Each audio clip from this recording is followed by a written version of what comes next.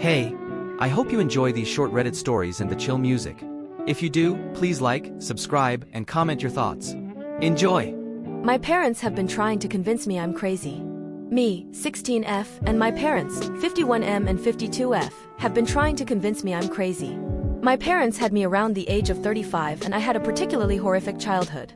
My mom was an alcoholic and I vividly remember her vomiting all the time from hangovers and embarrassing me at my friend's party when I was younger by knocking a TV over when drunk. My dad was also never there for me, and when he was, my mom and brother would take all of his attention. My brother is severely autistic, so I genuinely don't blame him for getting all the attention when I was younger, although I wish I had some attention. On top of all that, we were extremely poor and our house was damp and full of mold, which gave me pneumonia. My mom would often neglect me as a child by not feeding me properly and giving all of her attention to my brother. When my dad came home early or for a day off, which was a rare occurrence, she would dump me at my nana's so she could spend time with my dad alone. Fast forward to now, I take therapy quite a lot since I was very depressed and I had problems with my emotionally manipulative ex, which still affect me now in my current relationship. In therapy, I usually never talk about my childhood. My current boyfriend knows about everything that happened and he recommended me to talk to my therapist about it, and eventually I did. The reason why I never talk about it though, is because whenever I bring it up my parents yell at me and convince me none of it ever happened and I'm just crazy. I know for a fact I am not, since there is evidence of everything that happened, such as, I have pictures of me looking severely malnourished, I have panic attacks whenever I see someone throw up, which could either be because of the pneumonia or my mom's hangovers, and much more evidence. Anyway, I eventually started talking to my therapist about it, although what I did not know was that my therapist would refer everything back to my parents. A month passed and my parents began yelling at me constantly for telling my therapist that since it never happened, but about an hour ago my mom admitted that everything I said was true, but she mentioned how none of it could have affected me. At that point I just left the room because I couldn't take her yelling anymore. She is now refusing to get me any food as punishment. I really don't know what to do and I'm sick of taking all of it. Bumped fists with a homeless guy once. This happened a quite few years ago, but I still think about the encounter fairly frequently. I had some money on me and wanted to buy a Steam gift card from 7-Eleven, so I walked to there from my home at the time. When I reached the place, there was a guy standing outside the storefront who looked like he was roughly in his mid-20s with a stroller suitcase. I saw his hand reach up from my peripheral to stop me, but he quickly put it down, seeming to reconsider, and turned his face away. I knew I would have felt like the biggest loser ever if I just blew off a guy in need while buying a dumb game, so I turned back and greeted him.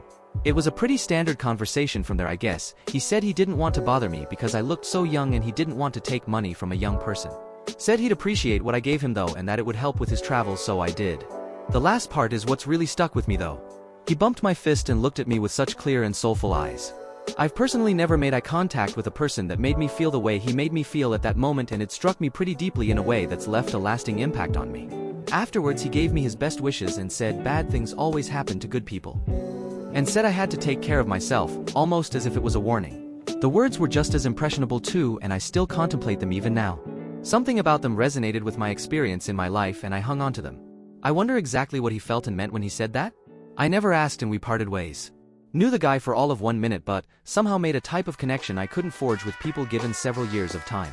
Anyways, that's the story. You can call me a cringe romantic or a liar or whatever, but it feels good to finally have it out there. What was your "no way this is real" moment? When I was either 3 or 4 years old, I met a little boy that had just moved in next to my house. I don't want to share his name, so we're just going to call him Spidey because he loves Spider-Man. The second he saw me in my sandbox, he asked if he could come and play with me. Ever since then we have been best friends. A few months after meeting each other and playing together every day, another kid that was our age came outside and asked if he could play with us too. I'm gonna call him for a Clover because he had a stuffy with a 4-leaf clover on it. Me, Spidey and Clover would play every day outside during the summer. Eventually school started and I was in preschool. Clover went to a different school, and Spidey did not go to school until 1st grade. So we would play after school on the weekends and during the summer. Once we hit 1st grade, Clover started going to school and Spidey finally started school. Over time we met other kids that would play with us after school and on the weekends. Skipping ahead, all of the other kids we met moved away, and it was just me, Spidey and Clover. When we were about 8 years old, Clover and Spidey got into a huge fight, and they discontinued their friendship. I was still friends with both of them, but over time Clover got toxic and I left him too, and was just hanging out with Spidey every day. Clover would come over to my house and asked if I would hang out with him, but I would always say no, because he was mean to Spidey and me. When I was 9 years old, my cousins were over at Spidey's house and we were all playing outside. Clover saw me outside with Spidey and my cousins and said that I should play with him instead of all the other kids. He told me that they were nerds, and he was better, so I should have ditched them and went with him. I kept saying at some point he gave up and went back to his house. We all started playing together again, and ignoring the fact that Clover had came over about 10 minutes later. Clover came back to ask if I would play with him. I said no and he went back to his house. Less than a minute later, he came back with his mom. His mom asked me why I wouldn't play with Clover. I told her that he was being rude to me and my other friends and I did not want to hang out with someone like that. Clover was definitely a mama's boy and she went over to her house and got a bat. Fortunately it was a wooden bat, not a metal bat. She told me that I had to play with Clover or bad things was going to happen. I was very young and I didn't understand what she meant, so I said no, I wasn't going to hang out. She told me that I had to play with Clover or bad things was going to happen. I was young and I didn't understand what she meant, so I said no, I wasn't going to play with him. So she took her bath and came over to the house and threatened to hit Spidey. She knew that Clover and Spidey had some beef and she assumed that it was Spidey's fault that I didn't want to hang out with Clover. Spidey's mom would always check up on us and saw that Clover mom was there with a bat. Spidey mom asked what was happening and Clover's mom explained why she was over there with a bat. Mom had asked her to leave and let the kids play, but she wouldn't listen. She tried to hit Spidey's mom with a bat, so she grabbed it and threw it onto the floor. Spidey had a fake pocket knife that looked a little too real. Spidey mom assumed that it was real and called the police. One of my aunts looked over and saw what was happening and she immediately told me and my cousins to come back to the house. I started crying because I thought something bad was going to happen to Spidey. My cousin tried to comfort me, but nothing they did helped. I tried going back to the house to help him, but my family kept holding me back. At some point I stopped trying and went back into the house. I found out that the police assumed that Spidey and his mom were trying to hurt them because that is what Clover's mom had said. You would think that they wouldn't believe her without proof, but Spidey mama is holding a bat, and Spidey was holding the fake knife. The police didn't even bother to check if it was real and just assumed it was. My mom was called from work and she came over and told me that I wasn't allowed to play with Spidey anymore because he was so-called dangerous. After that day, I went into a deep depression and never wanted to make friends because I was scared that was going to happen again. I cried to myself to sleep almost every night thinking about what had happened. I forgot to mention that before the incident I had moved to Catholic school because I was in a different school. I had never seen him. My cousins were over and we were playing together and we saw him walk. My cousins were over and we were playing together and we saw him walk out of his house into his mom's car. I ran inside and started sobbing. Only one of my cousins came because she knew why I went in. When I was in 6th grade, my mom finally noticed that Catholic school was not right for me and I went back to public school. On the first day of 6th grade, I saw one of my friends I had knew from kindergarten. We weren't in any of the same classes, so we never had time to hang out. During first period a girl came up to me and asked to be my friend. Of course I said yes. I'll call her Carrot. Me and Kara were in all the same classes and hung out throughout the day. Eventually it was lunchtime and she pointed to the table she wanted to sit at. We went over to that table and I had my head down while I was walking. When we sat down I was looking at Carrot the whole time because she was talking. About a minute later I heard a voice say, "Sorry to bother you, but is your name my name?" I looked at the direction I heard the voice from and there it was Spidey. Yin and Yen. Yin and Yen, two unlikely companions, forged a bond amidst the turbulence of adolescence. Despite their contrasting personalities, they found solace in each other's company.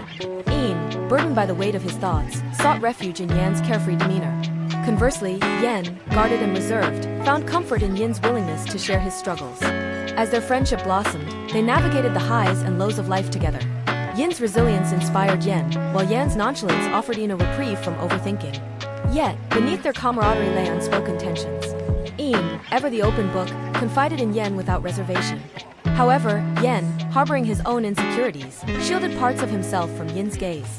Despite Yin's attempts to bridge the gap, Yen remained elusive, his trust as fragile as glass.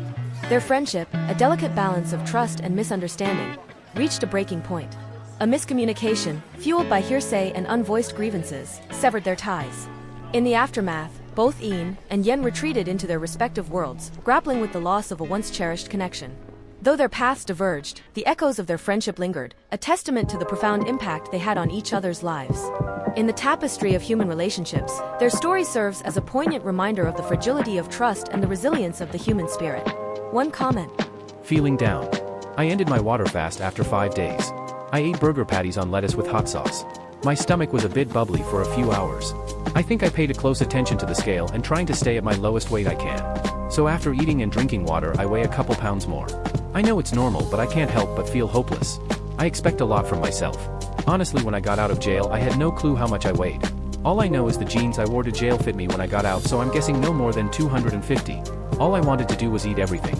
I was dreaming of food for months in jail because the food is so bad. I took it way too far and never weighed myself. One day I stepped on the scale and was at 280. I kind of brushed it off, but I knew I was damaging myself. The next time a couple months later I weighed 295 and that was the nail in the coffin. I said no more and immediately started shifting the way I was thinking and eating. I started a keto diet and pretty quickly lost like 8 pounds of shit that was in me. After that every week I lose between 2 and 4 pounds. It seems so slow and is barely noticeable. I noticed that when I go on my 5-mile walks my mood is slightly enhanced. Not a great deal, but I also listen to positive things to encourage me. I have no social life at all. I just stay at home all day and my girlfriend, who is more like a friend at this point, is my only interaction. It's 50-50 whether she will be in a good mood or not, so I have to cater to her emotions and I hate it. Thank you for reading. I'm trying to post daily, so check out my profile for more stories or journals. I know it's hard for some of you, but the negativity is not needed and doesn't affect me anyway, just makes you sound stupid, so please keep it to yourself. That time I experienced a biblical plague. Locusts. Yep. Just billions of the little bastards, so many that a nigh constant hum drowned out even the regular call to prayer that would sound out across the city. It was August 2004 and the temperature ranged from miserable to fatal in Nouakchott, Mauritania. The swarm came out of nowhere and obliterated our garden in a matter of days, along with every other green thing in sight. They left behind nothing but bare stalks, sand, and pink bodies that piled up so thick you couldn't walk without crunching for weeks. I remember shooting them down from the trees in our compound with a water hose to watch them fly away en masse, like living clouds that floated up to join their family in the sky. A callous misuse of precious resources, thinking back on it now. I was just a child though, and water was an abundant thing where I came from.